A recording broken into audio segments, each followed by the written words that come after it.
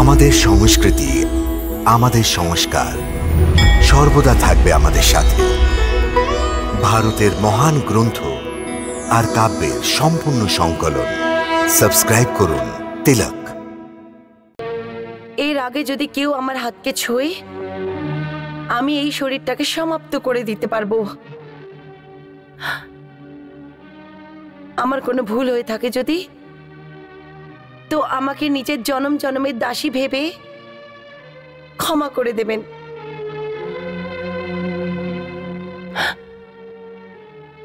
আর আমি আসবো না। হ্যাঁ, যখন যাবেন তো একবার রথ থেকে পেছন ঘুরে আমাকে দেখে নেবেন। আমি আপনার শেষ দেখার জন্যে আমি মহলের ছাদে দাঁড়িয়ে থাকবো।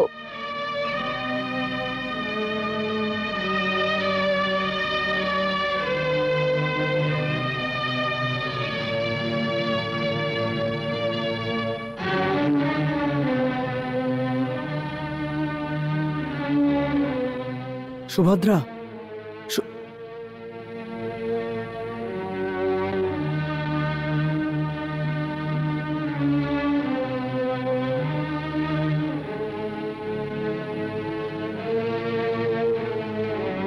বাহ,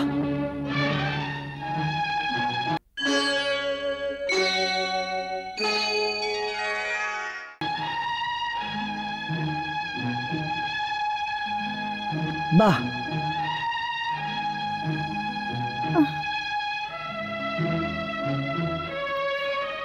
বাহ,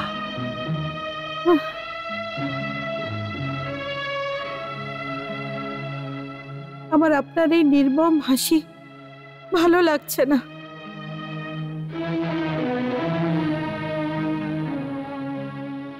পাথরের মতো হৃদয় আপনার।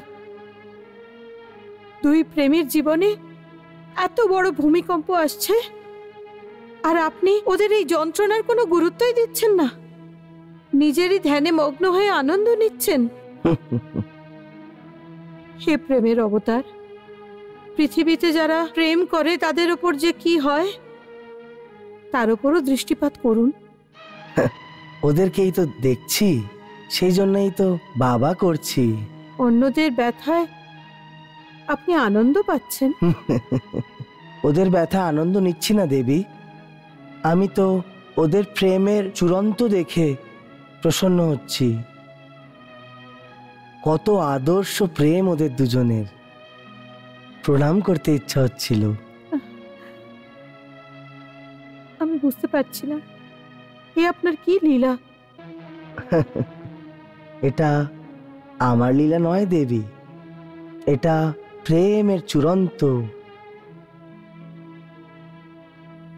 এটা স্মরণ রেখো যে কোনো বড় কাজের সফলতার আগে একটি এমন কঠিন সময় অবশ্যই আসে, যখন মানবের সাহস এবং ওর ধর্মের পরীক্ষা হয়। এটাই সৃষ্টির নিয়ম। ওই পরীক্ষাতে যে নিজের ধর্ম থেকে ভটকায় না, ওই শ্রেষ্ঠ মানব হয়। আমার এই দেখে ভীষণ আনন্দ হয়েছে যে অর্জুন এবং সুভদ্রা দুজনই এই কঠিন পরীক্ষার সময় নিজের নিজের ধর্ম থেকে বিচ্যুত হয়।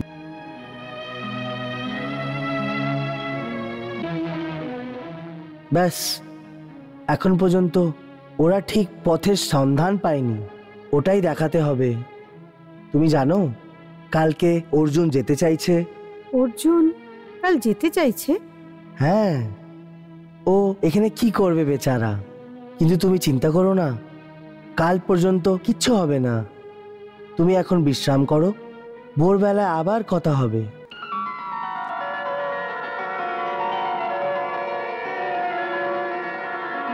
আর হ্যাঁ, পুরোহিতকে ডেকে তাড়াতাড়ি লগ্নের সময় দেখো। লগ্ন পত্রিকা হস্তিনাপুরে পাঠাতে হবে, আর অনেক প্রস্তুতিও নিতে হবে।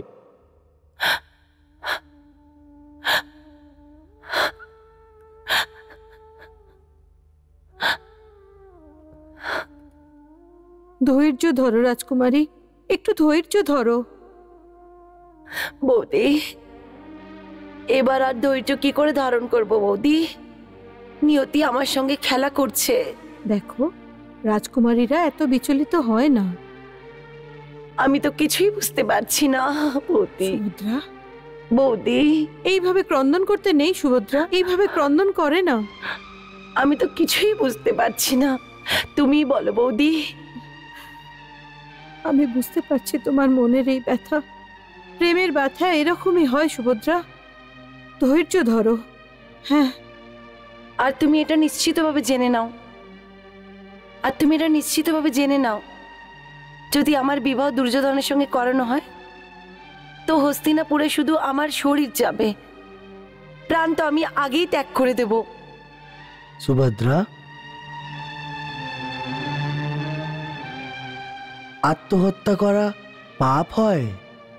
দাদা,